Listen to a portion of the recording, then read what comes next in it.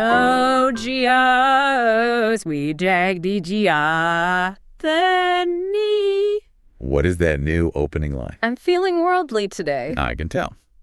Good morning, good afternoon, good evening. No matter what time zone you're in right now, welcome back to Sip and Talk. Welcome. We're here today to unpack a cross-strait topic that, frankly, leaves a lot of people exhausted. Mm-hmm. But it's also absolutely unavoidable if you want to understand what's going on in geopolitics right now. Yeah, this deep dive was actually sparked by a couple of incidents our listeners sent in recently, and they just perfectly frame the whole conflict. They really do. The first was this really aggressive, very blunt online slogan that was being pushed by some Chinese netizens. And what was it? Taiwan is China's Lai Ching-te, get out of China, like Zhongchu's Xiongguo. Oof. Okay, that pulls no punches. But the second incident, I think this is where it gets really interesting. Yep. It involved a Taiwanese tea master. She was in the UK receiving an award, and during the ceremony, a Chinese individual tried to, correct her just for displaying the ROC flag. On an international stage. Right. And the reaction from a foreigner who was there watching, that was the real moment. Well, that was the defining moment, wasn't it? The person just snapped back. A total mic drop. They said, Taiwan is a country. If you don't like it, you can leave. Wow.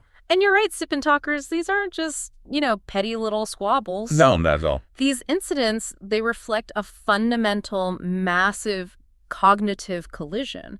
We're seeing this direct clash of worldviews, of legal systems, of core values. Yeah, one side sees their position as this unchangeable historical fact, and the other side sees it as a protected political opinion. And that's exactly why our mission today isn't to take a side. Our mission is purely analytical. We're trying to get to the root cause. We're asking, why do some Chinese citizens feel this, this irresistible, almost involuntary urge to correct everyone? Right, whether it's a politician, a celebrity, or, a tea master. And how does this belief, what we're calling the red imprint, get stamped so permanently onto the younger generation? Because it's not just random nationalism. No, it's a process. It's decades of very specific education and relentless social conditioning that creates this absolute belief in a single story. And we also need to look at the real-world consequences. Yeah. So we'll get into the legal stuff. What are the actual limits of free speech in Taiwan when it comes to talking about independence or unification? And then when this whole correction behavior leaves China and hits the international stage, how do people see it? Are they just confused, annoyed? Or is it, a massive PR disaster for Beijing? That's the question. Exactly. Yeah. This is where we get into the sociology, the psychology, and the law. So let's start at the very beginning. Section 1, the red imprint. How is this single, unyielding narrative even formed? Oh, okay. So the foundation of this red imprint, this, fixed, unshakable political certainty, it really starts in the education system. It always does. It always does. If you want to know why someone believes something is an unchangeable fact instead of, a debatable opinion, you have to open up their textbooks. You have to see what they were taught from childhood. So let's unpack that PRC textbook narrative, because this sounds like institutional engineering on a massive scale. They're teaching the idea of Chinese sovereignty over Taiwan not as a political goal, but as a foundational fact of reality, like gravity. That's a great way to put it. It's like gravity. The historical narrative in the PRC curriculum is completely settled. It's non-negotiable. The core idea, taught from middle school on, is that Taiwan has been an inseparable part of Chinese territory since ancient times. And that's the cornerstone, right? That is the cornerstone of their whole state sovereignty discourse. It's presented as this objective scientific truth, not just one point of view. And what's really crucial here is the institutional weight behind it. You can't question this. It's not a topic up for debate in your social studies class. Oh, absolutely not. If a teacher were to even suggest a different perspective, they would risk their career. The party line has to be maintained. And it goes beyond just history class. Oh, way beyond. In geography, in politics, it's constantly reinforced. Every map of China you see in a textbook must include Taiwan, colored the same as the mainland. It's this constant visual reinforcement. Wow. And then names like Taiwan province and its capital, Taipei, these are required knowledge points, things you have to memorize for your exams. Okay, see, this is where it gets so psychologically potent. It's one thing to be taught something, but it's another thing to tie national sovereignty directly to your own personal success. Exactly. We're talking about the Gaokao China's National College Entrance Exam. This single test basically determines your entire future. Right, which university you get into, your career, your social standing, everything. Everything. And it's notoriously difficult. Every single point matters. So political correctness is literally baked into the grading for history and geography. If a student wrote an essay or answered a question suggesting anything other than Taiwan being a province of China, they'd just fail that question. They'd fail the point. You're not just, disagreeing with the government. You are actively jeopardizing your chance to get into a good university. You could be sabotaging your own future. That creates such a powerful psychological bond. When you go through that system from first grade all the way through college, this one narrative is just hammered in over and over, tying everything together, national identity or personal success. It becomes a survival mechanism as much as an ideology. Yeah. And this extends into university admissions for certain fields, journalism, law, political science. Students often have to show they're politically reliable, and believing this core sovereignty fact is like the most basic test of that. That's how the red imprint gets pressed so deeply into the next generation. But to really get the depth of this cognitive collision, we have to look across the strait. We have to see what students in Taiwan are learning, because it's not just a slightly different version of the story. No, it's a total ideological divergence. It's a chasm. When you compare high school history textbooks from the PRC and the ROC, Taiwan, you just see this massive split. The PRC side is all about, a Marxist historical view class struggle, anti-imperialism, and unification as the ultimate goal. And Taiwan. Taiwan has shifted. It's more focused on multiculturalism, its own democratic transition, and it often looks at history from, like, an East Asian comparative approach, not a purely Chinese one. So let's start at the basics. How do they even position the history? How do they talk about China? Well, in the PRC, Taiwan's history is just. It's a chapter in China's history. It's an appendage. They emphasize continuity, trying to prove that Beijing has had jurisdiction for centuries. But in Taiwan, it's completely different now, right? Completely. The curriculum in Taiwan has this very independent, local historical perspective. Taiwan's history is studied on its own terms as a story of migrations, different colonial rulers, and finally, democratic self-determination. So Chinese history is just one piece of the puzzle for them. Exactly. It's just one part of a bigger East Asian story, not the center of the universe. Yeah. This curriculum change was a very deliberate move to emphasize local identity and, decenter the mainland China narrative. You can even see the difference in how they talk about historical figures. Let's take Koxinga, Zheng Chenggong. He's a huge figure in both narratives. Oh, for sure. But he's framed in completely different ways. For the PRC, Koxinga is a national hero. Full stop. Why? Because he recovered Taiwan from the Dutch colonizers back in the 1660s. So his story fits perfectly into their narrative of anti-colonialism and unification. He's a unifier. Okay, that makes sense. But on the Taiwanese side, it's more complicated. Much more complicated. He's often seen as an outsider who set up the first big Han government on the island. But his main goal wasn't liberating Taiwan. It was part of his own resistance against the Qing dynasty back on the mainland. So they see it as just another foreign ruler coming in. In some ways, yeah. Taiwanese textbooks will point out that his regime was pretty authoritarian, imposed heavy taxes. They avoid the word recovery and see it more as just another layer of external rule. Wow. And this must get even more stark when you talk about the Japanese colonial era. I mean, that was a reality. Taiwan was a Japanese colony for 50 years. Right, from 1895 to 1945. And the PRC version, because of its anti-imperialist mandate, kind of rushes through this period. It's presented only as an era of Japanese aggression and brutal occupation. So they focus on the resistance. Almost exclusively. Yeah. They focus on the resistance movements and then the glorious return to the motherland. They really downplay or just ignore any positive economic or infrastructural developments that happened during those 50 years. But surely the Taiwanese textbooks can't just ignore the resistance, right? That would be whitewashing history. That's a great question, and it really gets to the complexity of the Taiwanese narrative. They definitely covered the resistance, but recent curriculums have moved to this more balanced, maybe even conflicted view. They call it positive and negative coexistence. So they're trying to show both sides. Exactly. They acknowledge the suppression, but they also talk about the modernization that happened, the development of industry, railways, modern public health systems, even introducing ideas like punctuality and hygiene. So the Taiwanese view is focused on Taiwan's development, no matter who was in charge. Right. While the PRC view is laser focused on China's unified history and fighting aggression. Precisely. The PRC centralizes its narrative to promote this idea of Chinese national rejuvenation. Taiwan, after democratization, emphasizes democratic reform, local identity, and multiculturalism. And the result is that each side sees the other's history as basically a lie designed to split the nation. Which brings us right back to that cognitive collision we started with. Yep. So, okay, we've established that the belief is rock solid because it's tied to your grades, your future, your national identity. The system built the certainty. But that doesn't fully explain the impulse, that like involuntary reflex to go online and crusade or correct people. Right. Over things like a flag at a tea ceremony. This is where we shift from education to psychological reinforcement.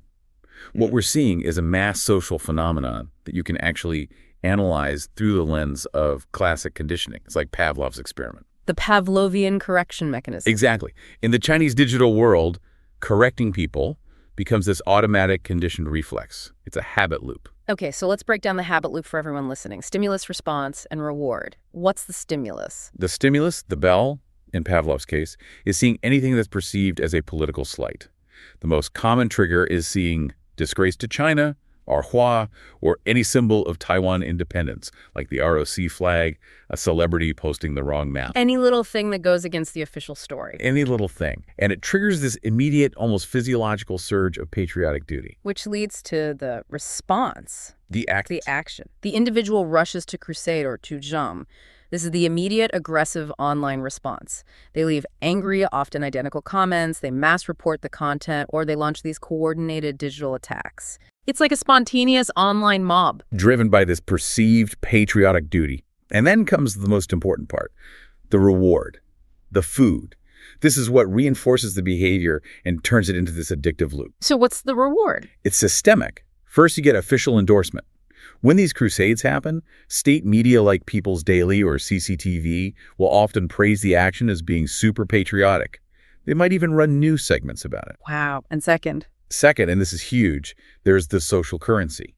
The social media algorithms boost your traffic, your likes, your recognition. You become an online internet celebrity, a recognized patriot. So it's not just about ideology. It's a high-stakes game of likes and social validation. That immediate, tangible reward is way more powerful than some vague idea of national honor. Let's look at an example. The 2016 Dai Bar attack is like the classic template for how this whole mechanism was built. Remind us what that was. D-Bar is this huge online community.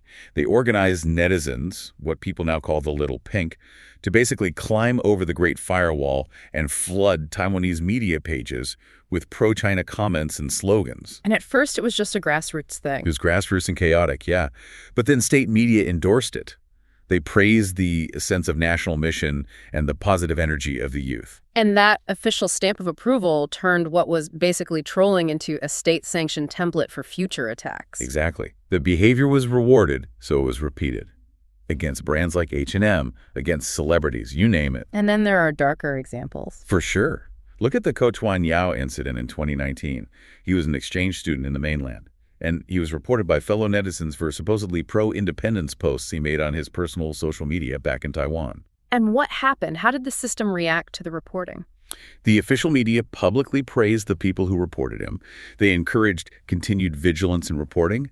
The student ended up withdrawing from the program because of the pressure. So that case solidified reporting people as not just a civic duty, but as a righteous action that gets you praise from the state. It turns citizens into surveillance agents, and they get rewarded for it. Which brings us right up to today. The small-scale attacks you see on X or Twitter over any foreign statement, it's become routine. It's become a daily task for some people, fueled by that promise of social validation.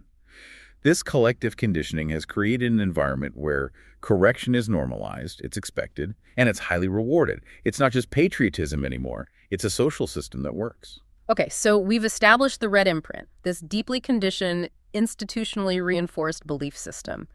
Now let's take that rigid belief and see how it holds up when it hits the real world, when it comes up against logic and law in a democratic society. Right. We can start with the slogan itself. Taiwan is China's, you get out of China. Yeah, it's designed to be this powerful emotional statement, but when you actually apply some critical thinking to it, it just completely collapses. We can break it down using 3 major fallacies. All right, fallacy number 1, the fact-check failure. The core statement just assumes PRC control over Taiwan. Which is demonstrably false. The People's Republic of China has never, not for one day, ruled Taiwan since it was founded in 1949. That is the central, unshakable reality. Taiwan's been operating under the Republic of China government for what, over 75 years now? Yeah, with its own independently elected government, its own military, its own currency. Own passport. My analogy from earlier holds up. It's like claiming you own the moon, but you've never actually landed there. You can write it in your textbooks all you want, but the reality on the ground just contradicts the claim. The slogan tries to substitute political will for historical and legal fact. Okay, fallacy number 2. The begging the question fallacy. This is just bad rhetoric. It's the definition of a circular argument. The argument assumes its own premise is true. Taiwan is China's in order to justify its conclusion. Therefore, you must leave.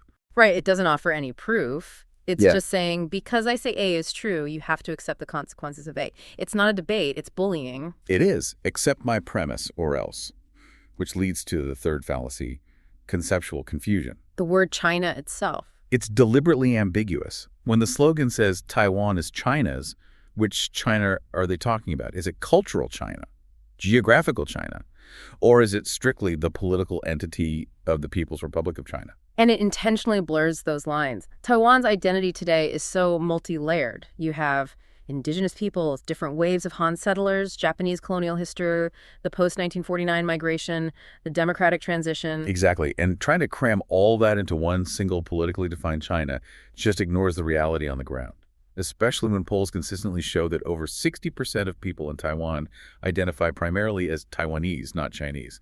The slogan is just totally detached from the people it's talking to. So this whole collision is really, at its core, a constitutional clash. It is. When you compare the basic values behind free speech in Taiwan versus China, you see this massive split. In the PRC, the core value is what? The supreme authority of the Communist Party and national sovereignty. So any speech about sovereignty isn't a debate. It's defined as a non-debatable political fact. You can't legally challenge a fact. And in Taiwan, the core value is constitutional democracy and protecting basic human rights, especially free speech. So speech on sovereignty, whether you're for independence or for unification, is defined as a protected political opinion. And an opinion in a democracy is always debatable. Always. Even if it challenges the status quo. That's a huge contrast. It means someone in Taipei can stand in a park and legally call for unification with the PRC. Yep. While someone in Beijing calling for Taiwanese independence would be arrested for sedition. Immediately. That's the difference right there. Right. Fact versus opinion. It's the line between authoritarianism and democracy. Okay, so let's get practical for our listeners. Let's explain the actual legal landscape in Taiwan. Where is the line between a protected political opinion and an actual crime? Because it's about behavior and intent, not just your political stance, right? Right. And the legal bar for prosecuting political speech is extremely high, which is typical for a mature democracy. Just yelling, Taiwan is China's or Lai Ching-te get out is almost certainly protected speech, no matter how offensive some people might find it. So let's talk about the first red line, national security and external interference. When does dissent become a national security threat? To cross that line, you have to be doing a lot more than just posting angry comments online. The requirement under Taiwan's Anti-Infiltration Act is really severe. You have to be acting under the instruction, commission, or funding of a hostile external force. So the PRC government or its proxies? Exactly. If you just spontaneously start a pro-unification Facebook group, that's fine. Yep. But if you're getting paid by the PRC's United Front to organize election interference, that's a crime. Got it. What about the second red line?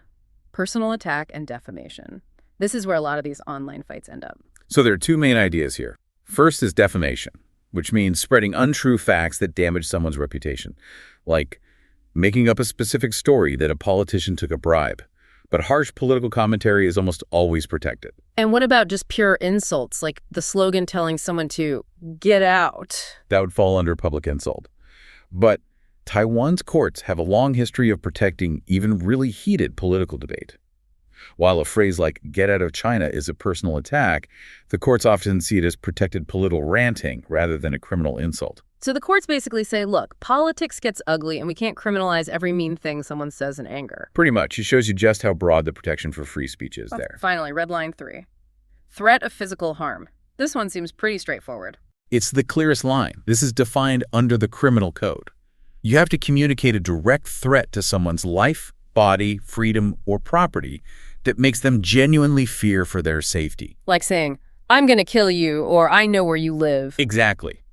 The slogan we've been talking about, as harsh as it is purely political. It doesn't meet that threshold for a threat of violence. The big takeaway here is that Taiwan's legal strength lies in its tolerance for opposing views, even views that challenge its very existence, as long as it's not violent and not secretly funded by a hostile power. Precisely. All right, now let's take this red imprint behavior, that compulsion to correct people, and see what happens when it gets exported. When it leaves the controlled environment of the PRC and hits the global stage, like at that tea ceremony in London. Right. We started this whole conversation with that incident, and that foreigner's response, Taiwan is a country, if you don't like it, you can leave. It just perfectly captures the international perspective. It really does. That response demonstrates the core Western liberal view, a strong belief in an individual's right to express themselves, and a refusal to be coerced into accepting someone else's political facts, especially on their own turf.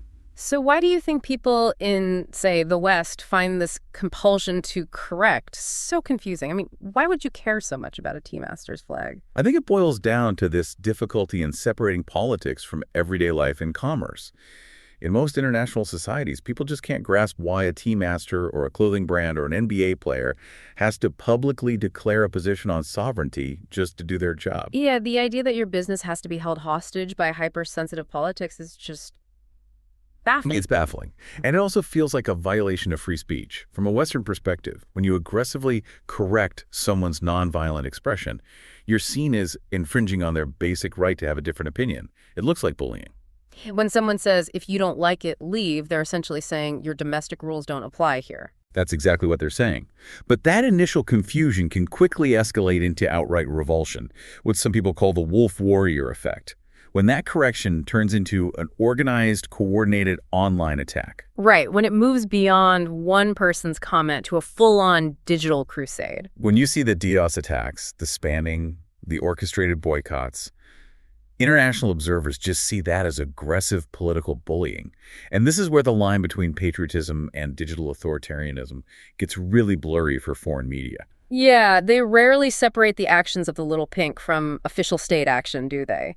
They tend to see these huge coordinated campaigns as being, at the very least, tacitly approved by Beijing. And this is incredibly damaging for the international business community. They find this constant demand to pick a side on sovereignty issues, to be completely repellent. They see it as China exporting its domestic cancel culture around the world, and it just messes with their corporate autonomy and their ability to assess risk. They know if they give in today and censor something about Tibet, tomorrow it'll be Taiwan, and the day after that it'll be Hong Kong. It's a never-ending ideological tax. An ever-increasing toll, exactly. Okay, let me challenge you for a minute, play devil's advocate. This red imprint system clearly generates huge domestic rewards. You get social validation, praise from the state, you feel patriotic. Those wins must be massive for Beijing to be willing to take the international hit. That's a valid strategic point. They clearly prioritize domestic ideological purity over international soft power. But the cost, internationally, is staggering. And it's arguably counterproductive to their own long-term goals. How so?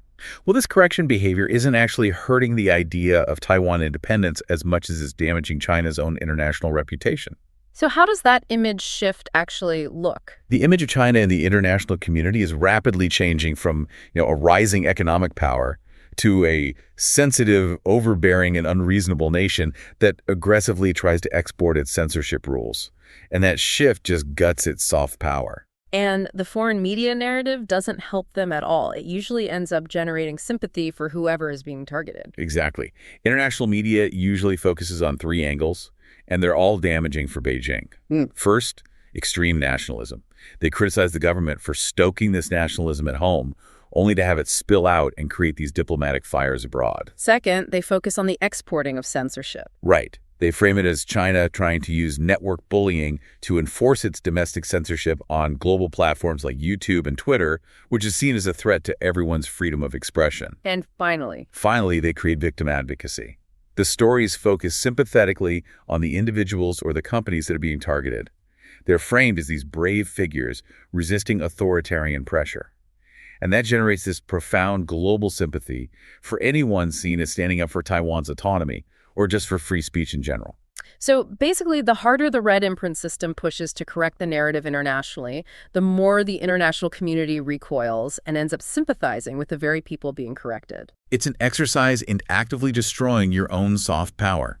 It's the cognitive collision at its most dramatic. The internal reward system that creates the red imprint is perfectly designed for domestic control, but it's completely incompatible with the outside world's expectation of free expression. Wow. This has been a really detailed journey. We've gone from high school textbooks and psychological conditioning all the way to Taiwan's legal red lines and international perception. And at its heart, what we're really seeing is this clash between two value systems. Democratic tolerance of different opinions versus the authoritarian demand for a single political fact. And the final takeaway seems pretty clear. The act of correction itself, when it's done with such force, just ends up demonstrating a really narrow worldview. The intent might be to defend national honor, but the result, globally, is the erosion of soft power. And as we always try to do here on Sip and Talk, we want to be objective. We've provided facts and analysis from a lot of different contexts without criticizing any specific nation or people. Our goal is just to give you the tools to understand why people believe what they believe. And we have noticed that the purely complaints-based feedback has gone down recently, which we really appreciate. We just want to encourage all our Sip and Talkers to keep submitting arguments based on the actual content of the show. That way we can have a real logical exchange. Yeah, we're not interested in proving who's right or wrong. We just want to make the discussion more comprehensive, more multi-angled. And if you're able to listen to our show, that means you have easy access to the internet. Please use that access. Actively seek out multiple viewpoints, compare different authoritative sources. Don't just rely on a single narrative no matter where it's coming from. Trying to break out of that information bubble and developing your own independent critical thinking, that's the real value of a deep dive like this. Absolutely. Thank you for joining us for this deep exploration of the red imprint. And please make sure you subscribe to Sip and Talk wherever you get your podcasts. And don't forget to check out our old friend Mickey's YouTube channel, Mickytolife, for some fun memes and his latest travel vlogs. We'll see you next time.